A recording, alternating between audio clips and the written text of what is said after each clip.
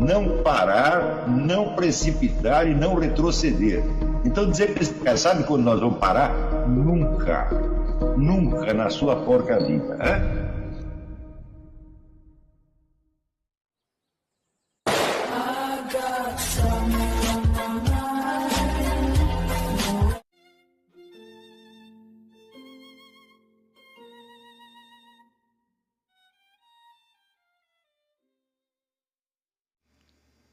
E aí pessoal, tranquilo?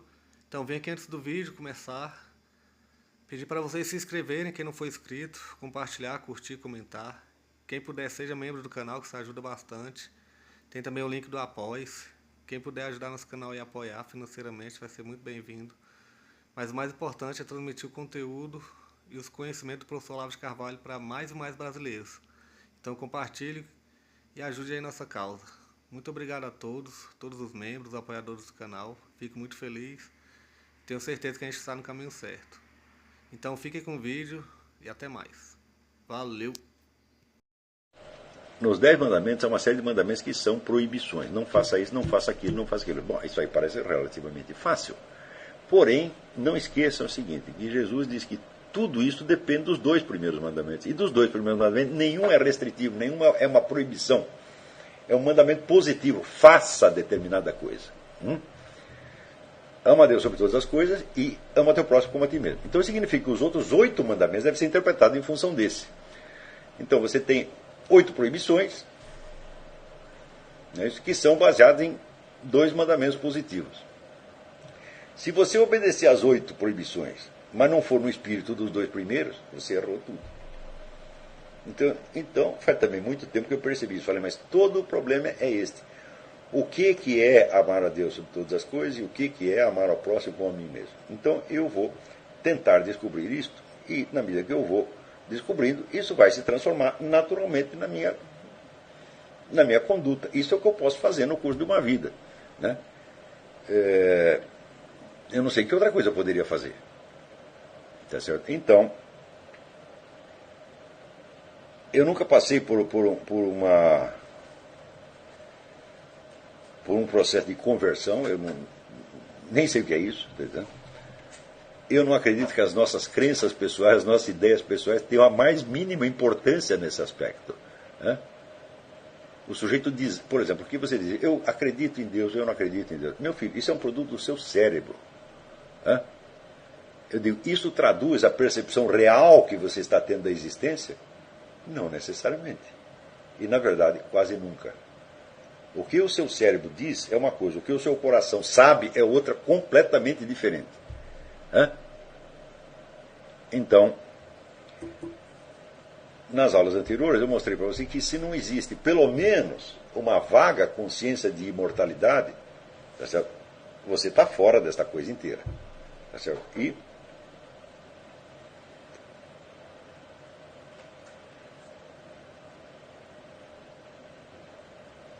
quando as pessoas estão rezando, confessando seus pecados, etc., mas não estão colocadas na perspectiva de imortalidade, então realmente elas não sabem o que estão fazendo. O cérebro delas está produzindo uma série de raciocínios, uma série de decisões, etc., etc., mas o que se passa no coração delas pode ser outra coisa completamente diferente.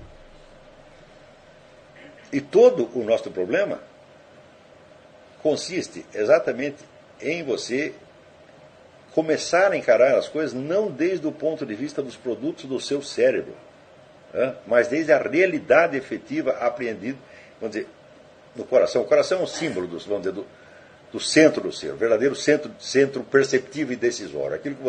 Não aquilo que você pensa, mas aquilo que você sabe permanentemente.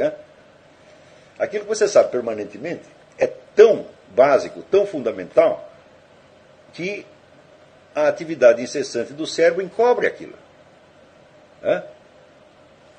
Então, na Bíblia está dito, Deus sonda os rins e corações. Não está dito, Ele sonda os cérebros. Então, Deus vai conversar com você, não através de suas ideias, mas através das suas percepções reais, profundas e permanentes. Mas se nós mesmo não estamos conscientes dessas percepções reais, profundas e permanentes, então, meu filho, o que você acha ou deixa de achar não tem a mais mínima importância. Então o sujeito diz, olha, eu creio em Deus, ou eu não creio, eu sou ateu, eu sou isso, eu sou espiritualista, eu sou comunista, eu sou anarquista, eu sou budista, tudo isso aí É uma frescura cerebral apenas. Não é a verdadeira percepção que o indivíduo está tendo. Então, não adianta nada ficar discutindo a crença do outro, se essa crença é uma superficialidade cerebral que saiu da massa cinzenta dele num certo momento e vai desaparecer na outra. Isso é tudo perda de tempo. O nosso esforço é para nos instalarmos na verdadeira realidade, a realidade profunda e mais permanente, a mais, como é que se diz, decisiva que haja dentro de você. Então, o que interessa é dizer como eu estou percebendo as coisas realmente, não só neste momento, mas o que é que eu tenho visto desde criança. O que é que eu, no meu coração, nunca neguei, porque eu sei que está ali.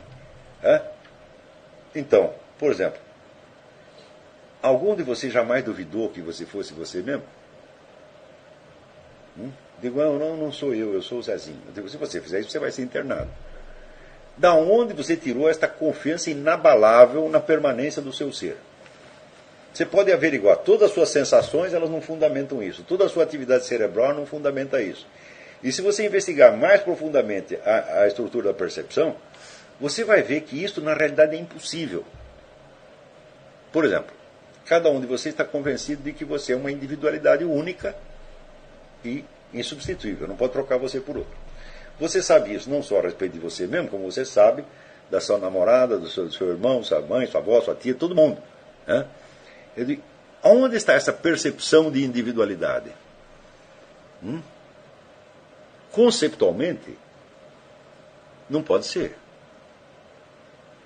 Para a razão, para o pensamento racional, só existem categorias genéricas. Então são os sentidos. Você está muito enganado. Os sentidos, por si mesmos, eles só percebem qualidades gerais. Formas, sons, cores, medidas, gostos, etc, etc. Você não percebe nada de singular. Eu digo, meu Deus do céu, mas se nós não pegamos a singularidade nem pela razão e nem pelos sentidos, da onde que nós a pegamos então? E, no entanto, é fácil você perceber que sem a percepção de singularidade, nós viveríamos no mundo da lua. Nós estaríamos completamente perdidos no tempo e no espaço. Então, é forçoso reconhecer que por baixo da sua atividade racional e da sua atividade perceptiva, existe um conhecimento mais profundo e permanente que lhe dá a verdadeira realidade das coisas. E que se utiliza, vamos dizer, das sensações e da razão, mais como um instrumento de comunicação do que como um instrumento de conhecimento. Então, esta consciência de individualidade profunda e permanente é o que eu me refiro como senso de imortalidade. E é por isso que eu digo que este é, vamos dizer, o princípio da filosofia. Você vê que em Sócrates e Platão, vamos dizer, a prioridade da consciência de alma imortal sobre tudo mais é a coisa mais óbvia do mundo. Então, tudo mais eles podem questionar, mas isto não. Por quê? Porque é ali que eles se instalam para poder questionar tudo mais. Quem questiona o resto, eu digo, é a alma imortal. Está entendendo? Então, eu posso dizer que eu tinha esta percepção muito antes de que eu conseguisse, vamos dizer, transmutá-la em discurso, até para mim mesmo.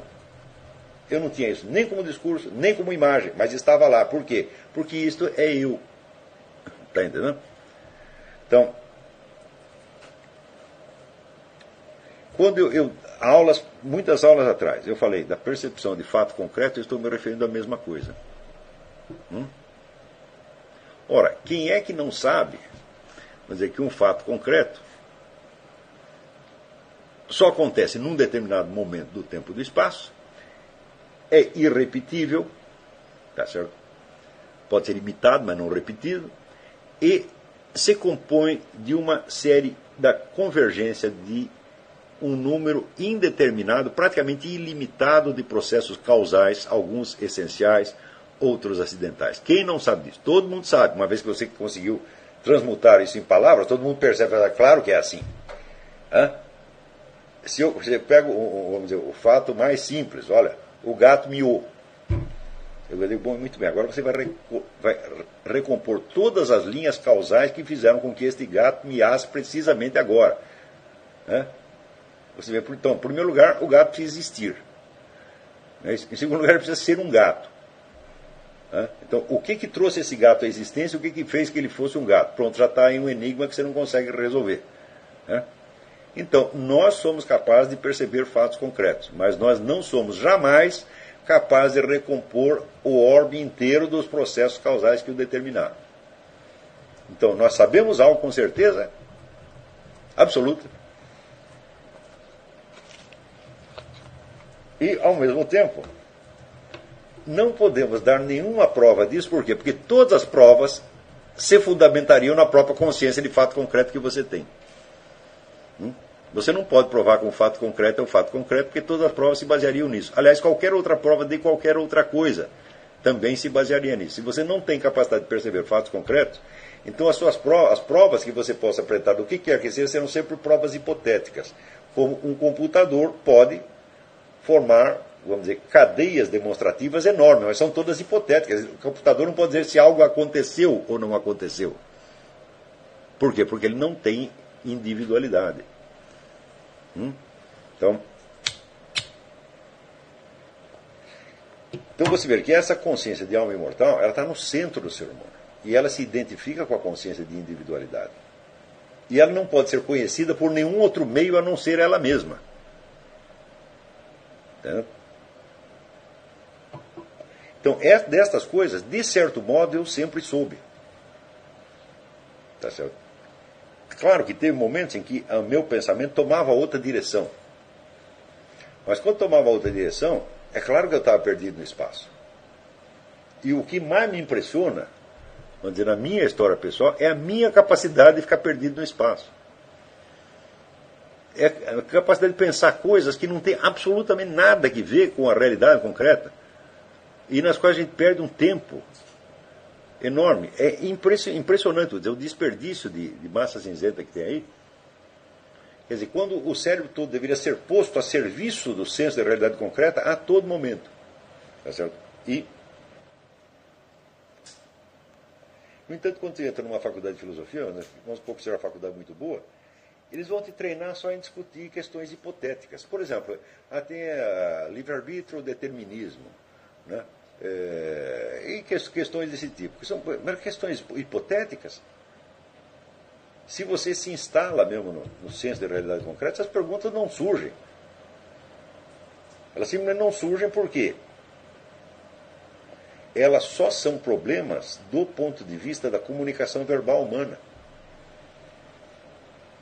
Então você está confiando, né, na sua capacidade falante, em vez de confiar naquilo que você sabe, que você está vendo e que você tem certeza absoluta.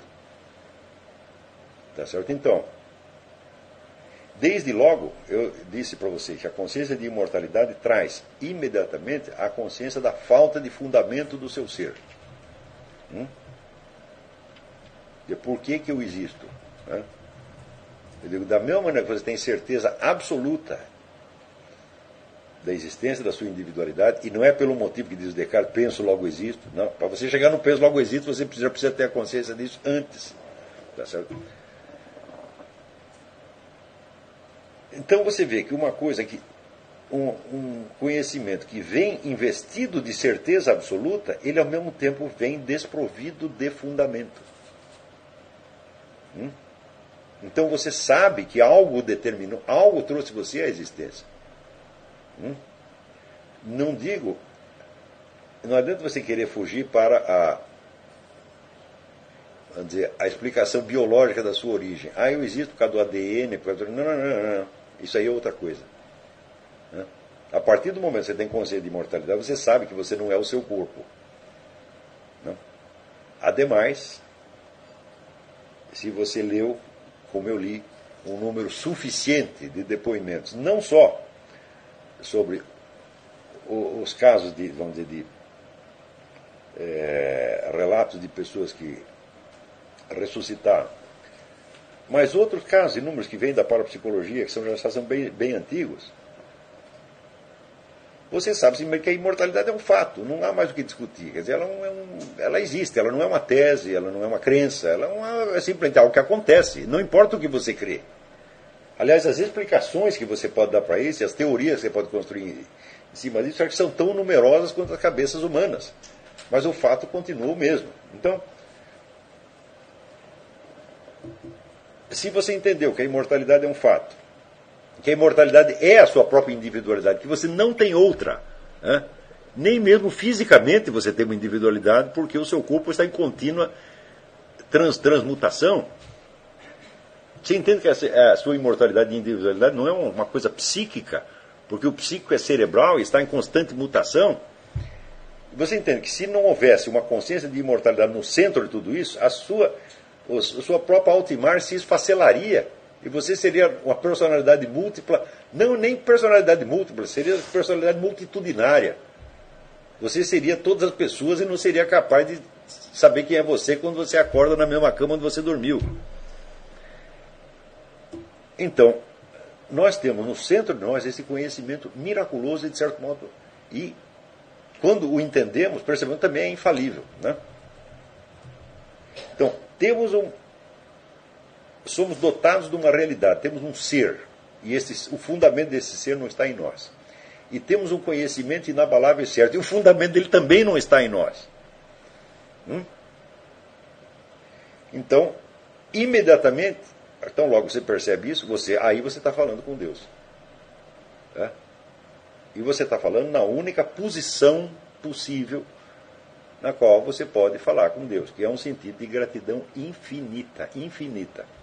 E você, então, se transforma nessa gratidão. Você vê que, esta gratidão é o meu próprio ser. Eu sempre fui isto.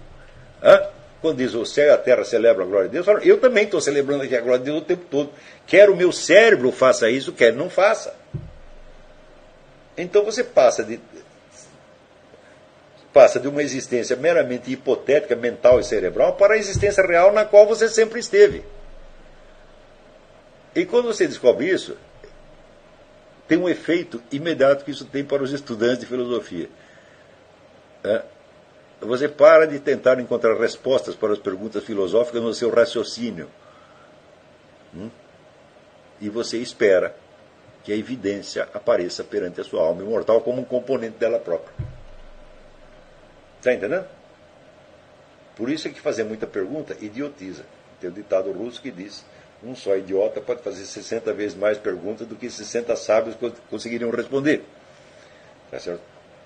Então, não se trata de fazer perguntas, trata de adotar uma atitude de aceitação, vamos dizer, de contemplação da realidade, da sua própria realidade e da realidade em torno. Então,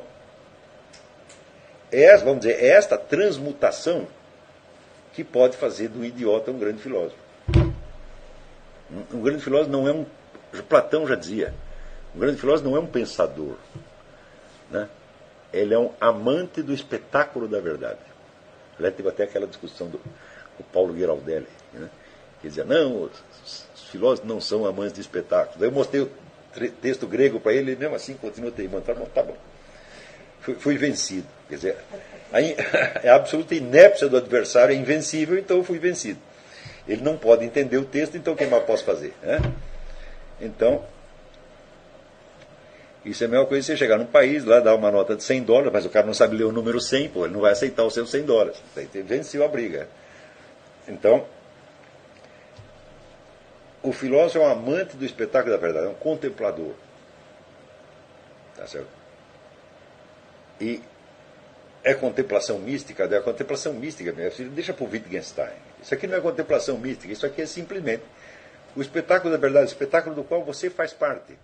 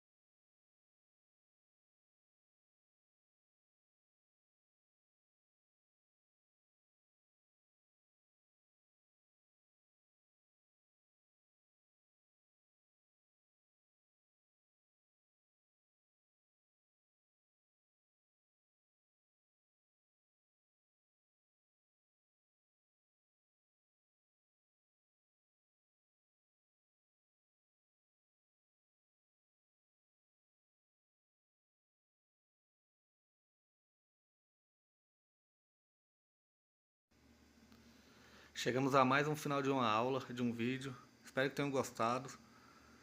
Quem não se inscreveu ainda, se inscreva, compartilhe, comente. Ajude o nosso canal, apoie, seja membro. E ajude o nosso canal a chegar a cada dia a mais brasileiros que precisam muito do conhecimento do professor Olavo de Carvalho. Então é isso aí, fique com Deus, até o próximo. Valeu! Então é isso aí, pessoal. Que é o nosso canal. Que são alguns livros que eu já li. A maioria foi doação, mas alguns eu adquiri, professor Olavo de Carvalho. Alguns livros se perderam aí que eu emprestei. Professor Alexandre Costa. A Bíblia Sagrada. 10 lições sobre Karl Marx. Indico a não ler esse livro, que é muito ruim mesmo. Alguns pensadores aqui que realmente, como o professor Olavo de Carvalho disse, não são pensadores. Valeu, tamo junto aí. Apoie nosso canal, seja membro.